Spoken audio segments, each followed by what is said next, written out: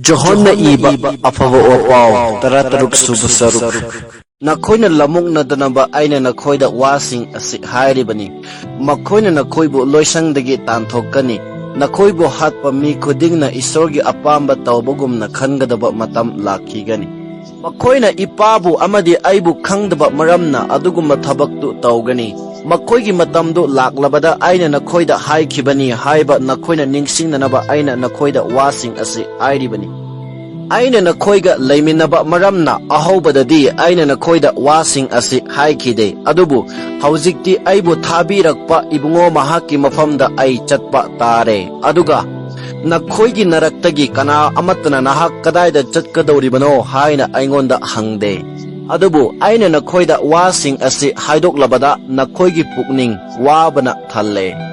aina nakoida thangai sengna hairibani ai chathokadoriba asi nakoigi damakta hena phabani aina chathoktrabadi pangbiba adu nakoigi nafamda lakloi adubu aina chatlabadi aina mahakpu nakoida tharakani mahakna laklaga papki maramda dharma chenbagi maramda amadi wayenbagi maramda makoina lana khalli haiba tabang panbada khanghanbigani Papki maramda makoina lanba adudi aibu thajadaba asini dharma chenbagi maramdi aina ipagi mafamda chatkadauri aduga aibu amuk hanna uraroidauba asini wayanbagi maramdi tabang pansigi wayal mapubu wayal taukraba asini aina nakoida haigadaba wa yamna leiri adubu hauzikti nakoina khangba ngamkhiroi achumbagi thawai aduna lakpa matamda mahakna nakoibu achumba pumnamakta chingbigani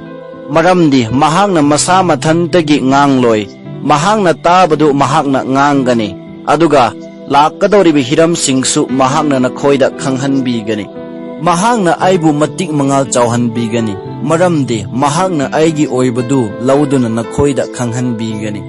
ipagi araiba pumnamak adu aigini maram aduna aingondagi lauduna nakoida khanghanbigani haina aina nakoida haibani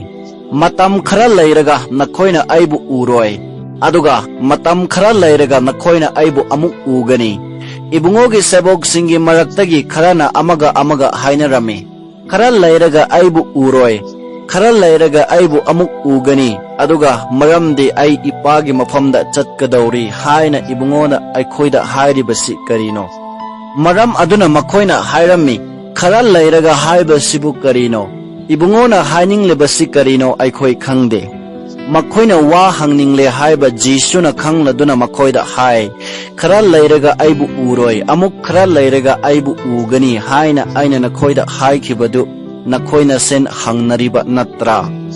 aina nakoida thangai sengna hairibani nakoina mitta pi taduna kapkani amasung tengthagani adubu taibang panbanadi harau tayamgani nakoi awa maisha langani adubu nakoigi awabadu harau bada ongani nupina angang unaramdaida mahaki pungphom lakpa maramna yamna awaba khangi adum oinama angang unarabada mi ama tabang panda pokle haibagi haraubana mahaki awabadu kauthoi matau adugumna nakhoisu haujik pukning wari adubu aina nakhoibu amuk hanna unagani maduda nakhoigi pukning haraubana thangani aduga nakhoigi haraubadu kananasu nakhoidagi lauthokpa ngamloi numit aduda nakhoina aingonda karimata hangloi aina nakhoida thangai sengna hairibani nakhoina ipagi mafamda karigumba nijarabadi aigi mingda ibungo mahakna pibigani haujik fauba nakhoina aigi mingda karisu nijadri nijo nakhoina fangjagani aduga nakhoigi harauba mapung fahangani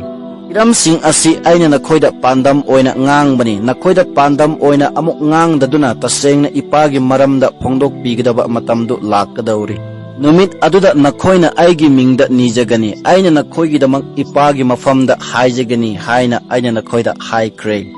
nakhoina aibu nungsire amasung aina ipadagi lakpani haiba nakhoina thajaba maramna ipa ibungo adumakna nakhoibu nungsi aihak ipadagi thoraktuna tabang panda khongdarak le aduga tabang pansi thadoktuna ipagi mafamda amuk chatkadauri ibungogi sebok singna hairami haujikti ibungona pandam oina ngangdaduna tasengna takpire Ibungona pumnamak khangbi aduga kananasu ibungoda hangpham leite haiba hojikti aikhoina khangjare. Masidagi mahak isordagini haiba aikhoina thajare. Jisuna khumlai hojik nakhoi thajabra yengu nakhoi nasa nasagi yumda chathiduna ai itomta thadok lamgadaba pungpham adu lakadauri. Thungsu thunglare. Adom oinamak ai itomta leiba natte ipana aibu loina biri. Nakhoina ingthaba phangnanaba aina nakhoida wasing asi hairibani. Taibang pan sida nakhoina awa anang khangi adubu nungaijaro aina taibang pan babu ngamle.